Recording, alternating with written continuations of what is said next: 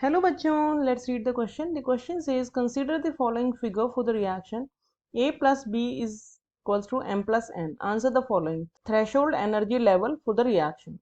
So here we have given this energy profile diagram. In this the reactant A plus B are giving product M plus N, and then energy from the baseline to the products is Z, and from products to reactant it is Y, and from reactant to the topmost part of the energy profile diagram is X. So first of all, let's check the key concept of the question. The key concept of the question is that threshold energy is the minimum amount of energy that a reactant molecule must possess for the effective collisions. तो ये minimum amount of energy होती है of the reactants जो उसके पास होनी ही चाहिए to undergo effective collision. इसको हम बोलते हैं थ्रेशोल्ड एनर्जी.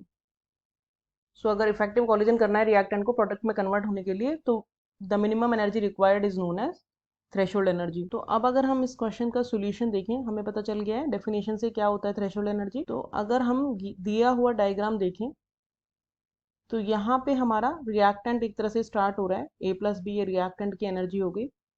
यहाँ से ये प्रोडक्ट बना रहा है, ये प्रोडक्ट है हमारा एम प्लस एन.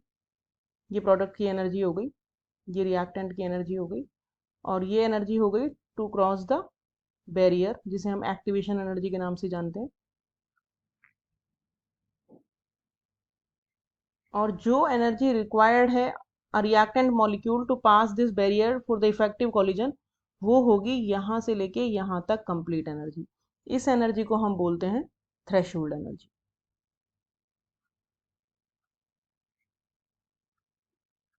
और अगर हम क्वेश्चन में दिए हुए डायग्राम से देखें तो एनर्जी रिप्रेजेंट कर रही है x plus y plus z तीनों को. यानी कि हमारा जो threshold energy for the given reaction है वो होगी x plus y plus z. So this is our final answer. Hope you understood the solution well. Thank you.